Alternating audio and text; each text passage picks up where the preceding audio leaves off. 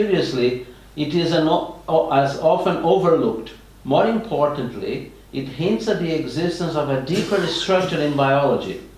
It helps us to delineate a metaphorical map across which evolution must navigate.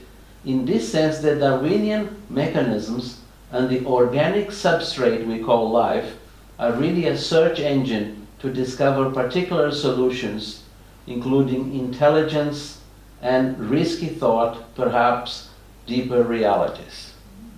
An article was published recently that caused many people to think. It is called the World Wood Web. It's how trees communicate. How trees communicate. I had read years ago an article saying that some trees, if one of them is attacked, they are able to send out messages between inverted commas to other trees so that they can protect themselves from that attack. And there are so many things that we can understand, right? How many of you own a cat or had a cat? What about a dog? Yes. Would you be prepared to say that those animals were not intelligent? In some cases, very intelligent, right? And this is what the theosophical view of evolution proposes, is that there is this overarching intelligence that is gradually manifesting itself through many life forms. And the teachings of theosophy suggest that we should study this, not necessarily accept blindly, but we study it. What date was this, Pedro? Because since quantum mechanics came in, how would this fit with the view of quantum mechanics, that there is a deeper reality? Well, this book was published in 2003, Okay. so it's relatively recent. Now we move into some theosophical teachings here. This is what Madame Blavatsky wrote in one of her articles.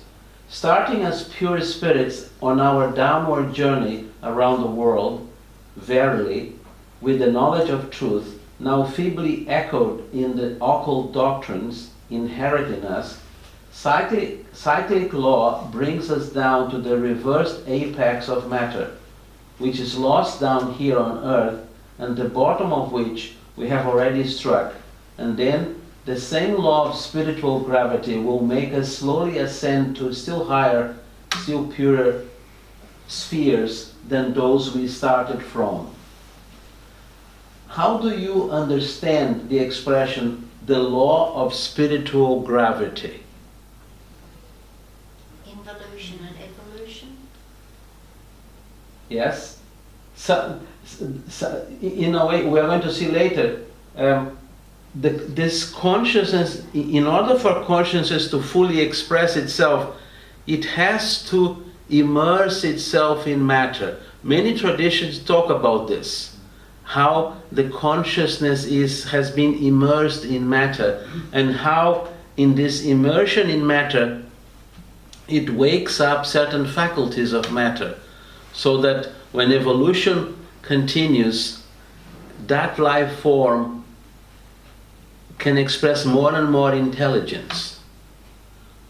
Nowadays, apparently, some animals are able to express more intelligence than many elected officers on earth. I cannot name anyone because I'm applying for Australian citizenship. Unfortunately, this presentation is not being recorded. Too late.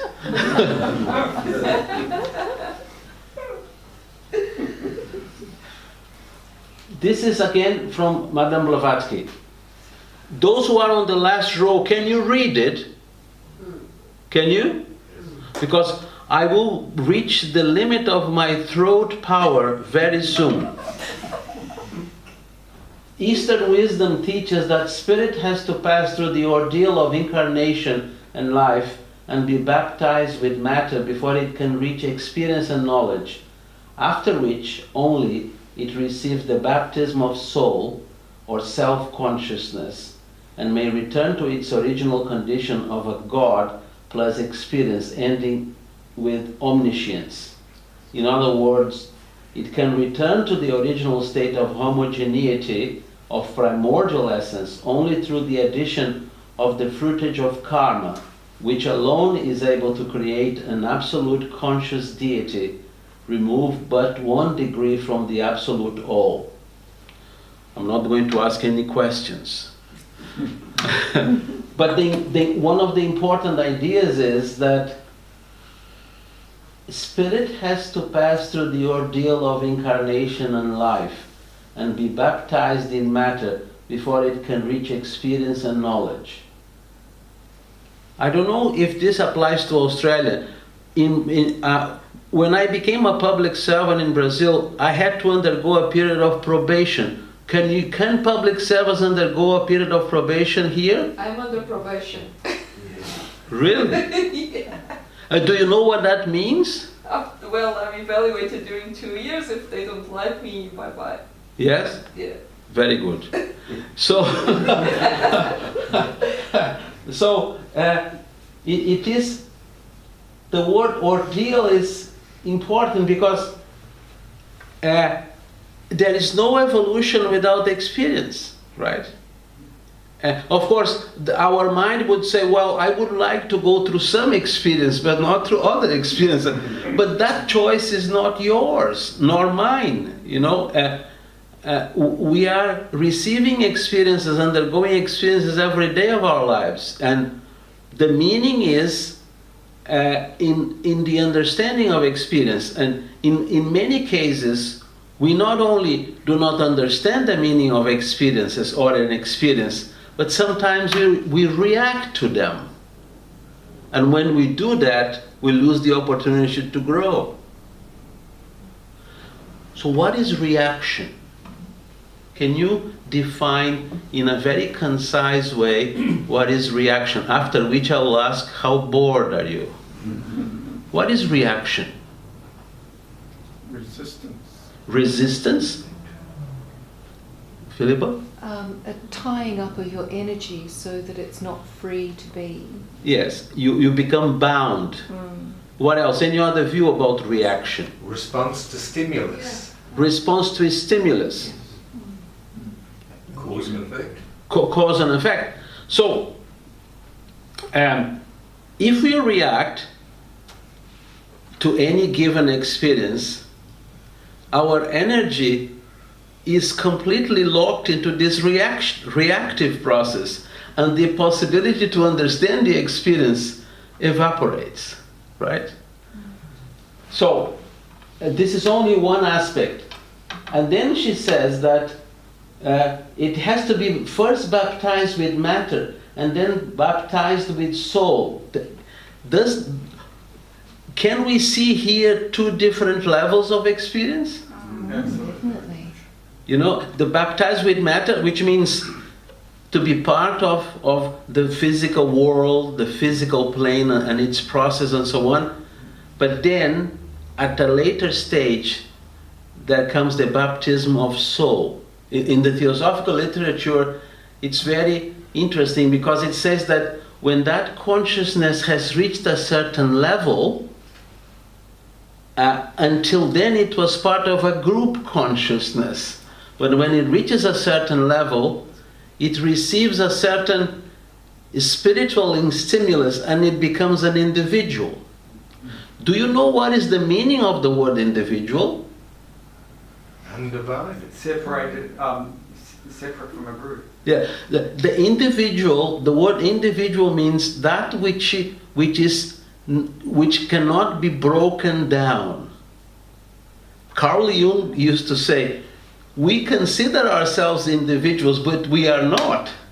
An individual, a real individual, has to undergo this baptism, this inner baptism. And in Jung's point of view, which is a very profound one, this baptism of individuality means to embrace and assimilate your shadow side.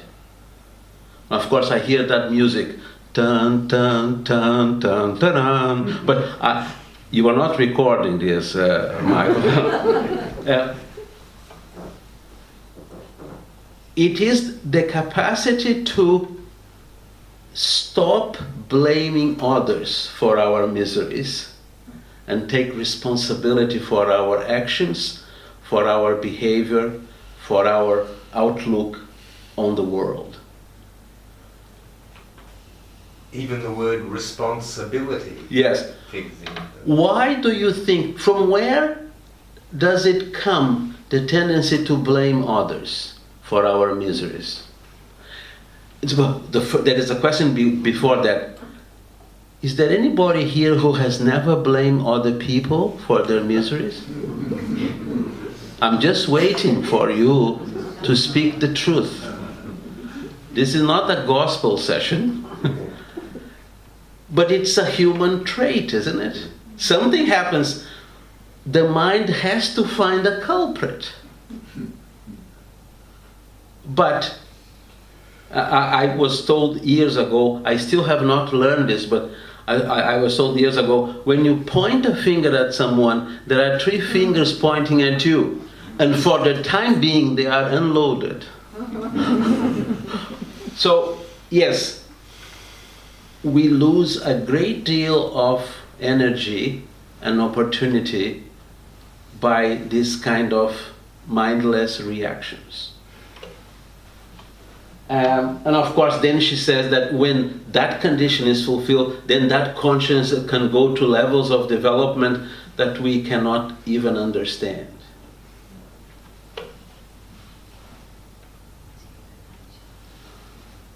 Apace with the anthropological and physiological development of man, unfortunately this was written in the 19th century, gender-inclusive language didn't exist at that time, not